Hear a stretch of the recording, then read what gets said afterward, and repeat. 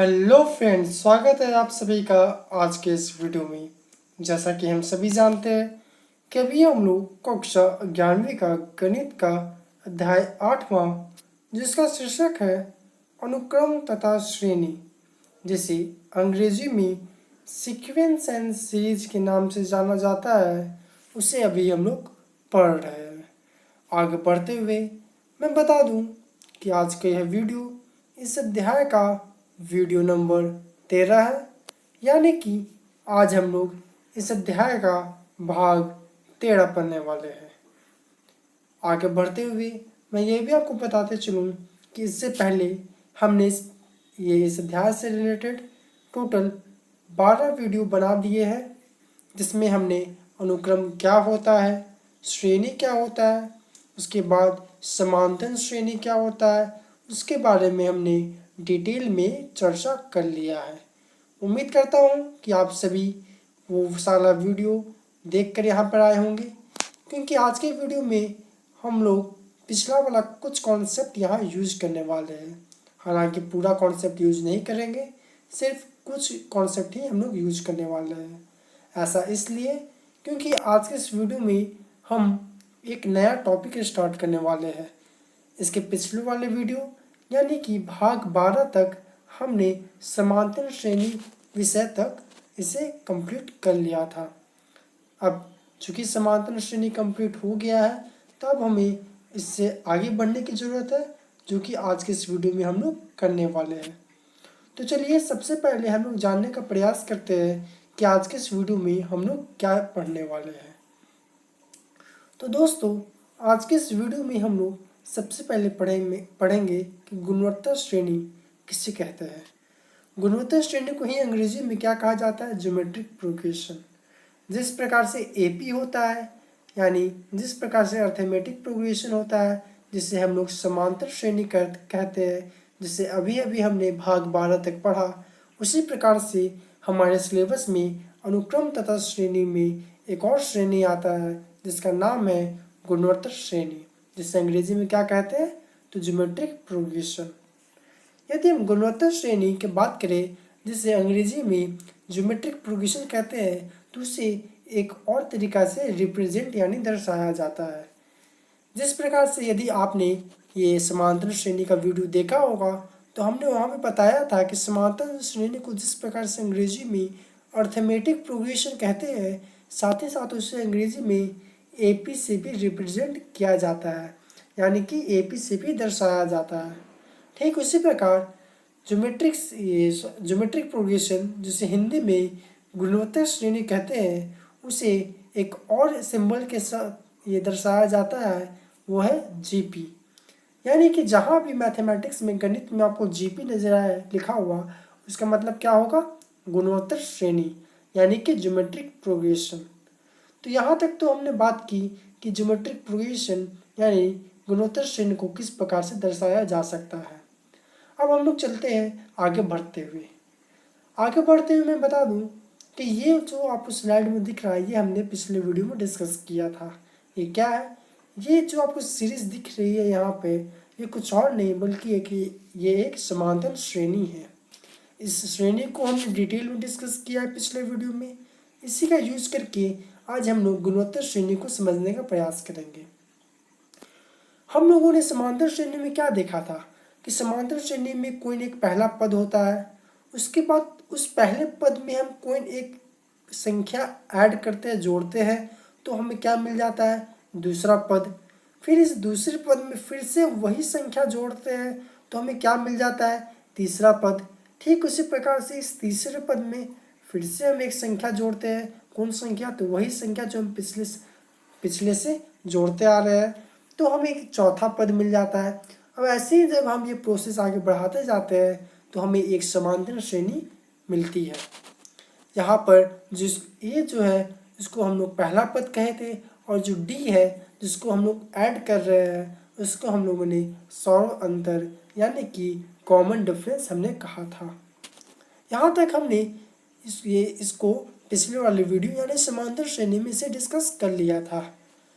तो जैसे मैंने यहाँ पे बताया कि यहाँ पे एक पहला पद होता था, उसके बाद हम लोग एक संख्या जोड़ते थे, फिर दूसरा पद मिलता था, फिर एक संख्या जोड़ते थे, फिर तीसरा पद, फिर ठीक उसी प्रकार ये गुणोत्तर श्रेणी में भी हम लोग करते हैं। बस फर्क क्या होता है ना कि यहाँ पे जो हम लोग ये एक जो नया नंबर, जो नया संख्या जो हम लोग ऐड कर रहे हैं हर एक पद में अगला पद पाने के लिए, वहाँ पर गुणोत्तर श्रेणी में हम लोग ऐड नहीं करके क्या करते हैं, मल्टीप्लाई करते हैं, यानी कि गुणा करते हैं, जैसे कि आप इस स्लाइड में देख सकते हैं। गुणोत्तर श्रेणी में भी यही होता है कि कोई एक पहला पद रहेगा, उसके बाद यदि हमें दूसरा पद पाना है इस पहले पद से, तो हम एक कोई पार्टिकुलर संख्या इस पहले पद में क्या कर देते हैं, मल्टीप्लाई, यानी क्या करते हैं, गुणा करते हैं। उसके बाद ये जो गुणा करके हमारे पास आया वो दूसरा पद आ जाता है। फिर यदि हमें दूसरे पद से तीसरे पद में जाना होता है, यानी तीसरा एलिमेंट इस ज्योमेट्रिक प्रोग्रेशन यानी गुणोत्तर श्रेणी का चाहिए होता है, तो फिर से हम दूसरे पद में वही संख्या गुणा करते हैं जो हमने पहले पद में किया था, तो हमें क्या मिल जाता है, तीसरा पद मिल जाता है। ठीक उसी प्रकार यदि हमें चौथे पद की जरूरत होती है, तो हम तीसरे पद में फिर से वही संख्या को गुणा करते हैं जो कि हम पिछले से गुणा करते आ रहे हैं, और जब हम ऐसा करते हैं तो हमें चौथा पद भी मिल जाता है। और यदि हम इसी प्रकार इस प्रोसेस को आगे बढ़ाते जाएं, एक पार्टिकुलर संख्या मल्टीप्लाई करते जाए हर एक पद में, तो इससे जो एक संख्याओं का समूह बन के आएगा, इस सीरीज को, इस प्रोग्रेशन को हम लोग क्या कहेंगे, गुणोत्तर श्रेणी यानी कि ज्योमेट्रिक प्रोग्रेशन कहेंगे। अब इसको यहाँ पे आप देखिए, इसको मैंने कुछ इस प्रकार लिखा है कि ए, दूसरा पद ए इंटू डी, तीसरा पद ए इंटू डी, चौथा पद ए इंटू डी इंटू डी। इसी को यदि हम और सिंप्लीफाई करके लिखेंगे तो इसको हम लोग कुछ इस प्रकार लिख सकते हैं, जहाँ पे पहला पद ए है, दूसरा ए डी, तीसरा ए डी स्क्वायर, चौथा ए डी क्यू और पांचवा ए डी फोर, और ऐसे ही आगे बढ़ता जाएगा। यानी कि हम कह सकते हैं कि ये जो आपको अभी स्क्रीन पे एक सीरीज दिख रहा है वो एक स्टैंडर्ड सीरीज है। किसका है, तो ज्योमेट्रिक प्रोग्रेशन यानी कि गुणोत्तर श्रेणी का है। हालांकि यहाँ पे मैंने ये जो एक नया संख्या है जिसको हम मल्टीप्लाई करें, इसको हम लोगों ने डी से दर्शाया है। इससे आपको कन्फ्यूज होने की ज़रूरत नहीं है, क्योंकि बहुत सारे बुक में, और ना सिर्फ बहुत सारे बुक में बल्कि हमारे एनसीईआरटी बुक में भी यहाँ पर इस सीरीज को जो हम लोग नया नंबर जो गुना कर रहे हैं उसको डी से नहीं दर्शाया है, बल्कि ये एक और रिप्रेजेंट किया है, आर से इसको रिप्रेजेंट किया है। तो यहाँ पर चूंकि डी एक वेरिएबल है, डी कुछ भी हो सकता है, हम लोग डी की जगह 5 ले सकते हैं, 2 ले सकते हैं, 3 ले सकते हैं, कुछ भी ले सकते हैं। तो फिर हम इसे डी से दर्शाए, आर से दर्शाए, ए से दर्शाए, कुछ किसी से भी दर्शा सकते हैं। बस हमें समझने से मतलब है।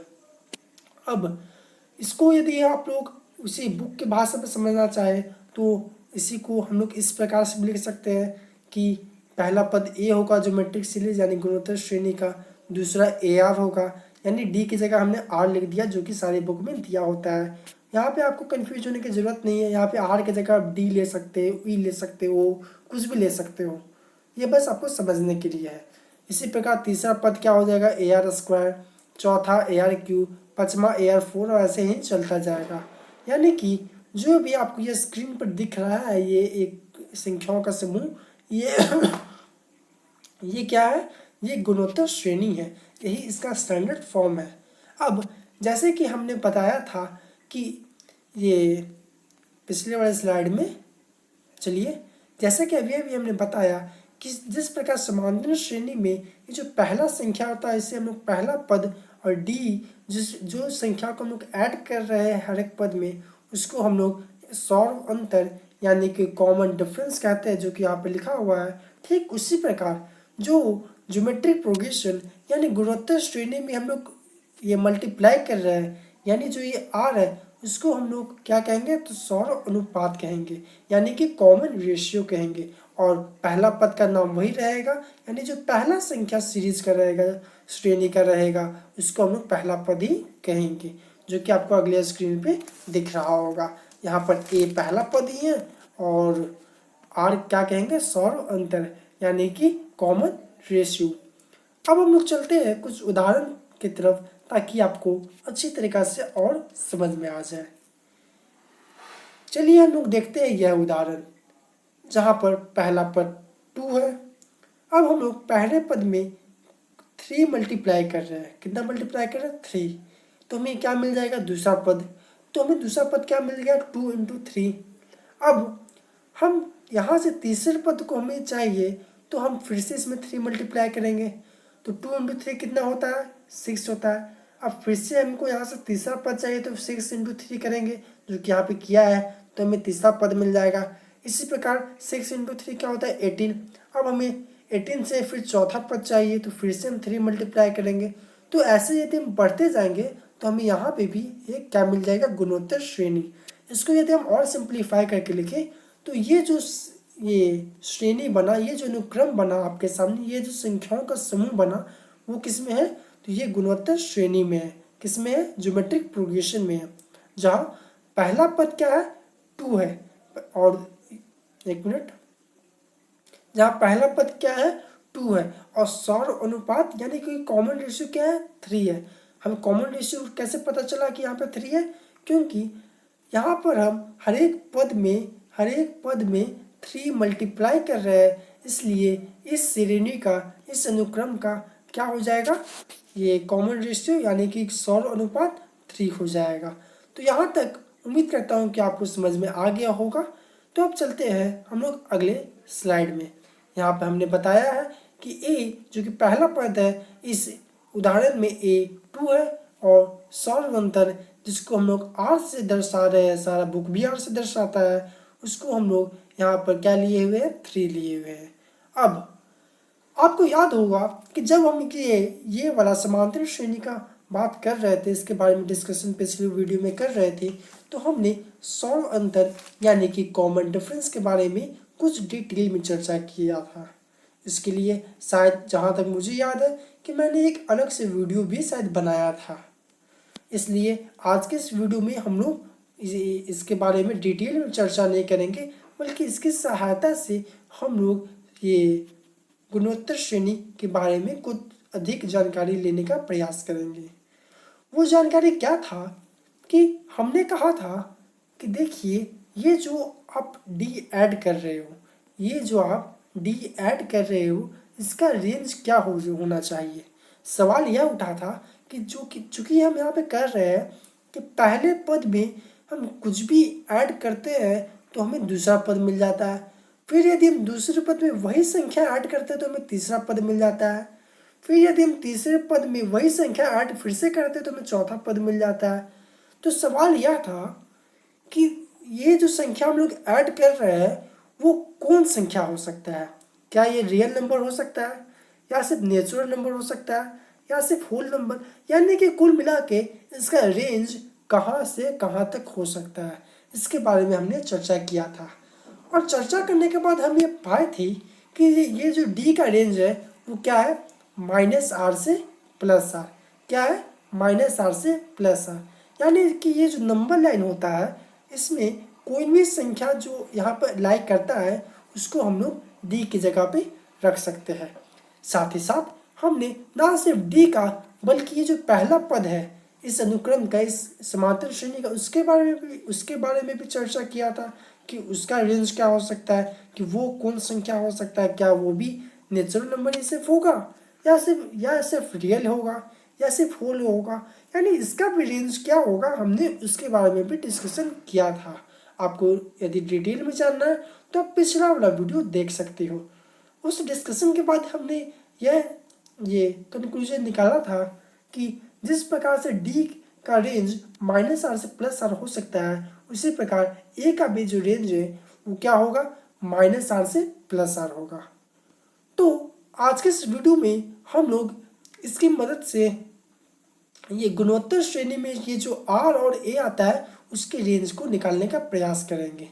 हालांकि चूँकि समय हमारे पास सीमित है, इसलिए आज यह मौका नहीं मिल पाएगा। हम ये वाला प्रश्न अगले एक वीडियो में करेंगे, जहां हम लोग जानेंगे कि a और r का रेंज क्या हो सकता है, यानी कि ए और आर कहाँ से कहाँ तक हो सकता है। किसमें? हम लोग किसकी बात कर रहे हैं? जीपी की बात कर रहे हैं। तो क्या ये जीपी में ए माइनस आर से प्लस आर होगा? ये प्रश्न है। इसे आप ये इस वीडियो को ख़त्म होते ही ये सोचिए। यदि आप नहीं सोच पा रहे हैं तो आप पिछला वाला वीडियो देखिए, जहाँ पर हमने ये समांतर श्रेणी के बारे में डिस्कशन किया था और ये कंक्लूजन निकाला था कि समांतर श्रेणी में ए और डी कहाँ से कहाँ लाई करेगा। यदि आप वो वीडियो देख के यहाँ पर आए होंगे तो यह आप आसानी से सोच सकते हो कि जीपी में ए और आर का रेंज कहाँ से कहाँ तक हो सकता है। क्या इसका भी रेंज माइनस आर से प्लस आर होगा? और यदि आप वह वीडियो नहीं देख के आए हो तो आपको वह वीडियो देखना चाहिए, क्योंकि यह वहाँ पर हमने आप सभी को कुछ इस प्रकार से समझाया था ताकि आपको सोचने की क्षमता बढ़े। इसलिए यह आपका एक होमवर्क टाइप का भी है कि आप इसका आंसर ढूंढो कि जीपी में ए और आर का रेंज यानी ए और आर का वैल्यू कहाँ से कहाँ तक लाई कर सकता है। तो सभी को ध्यान में रखते हुए आज के लिए इतना ही, और उम्मीद करता हूँ कि यह पहला वीडियो जो कि गुणोत्तर श्रेणी पे था वो आप सभी को अच्छी तरीके से समझ में आ गया होगा। तो आज के लिए इतना ही। धन्यवाद।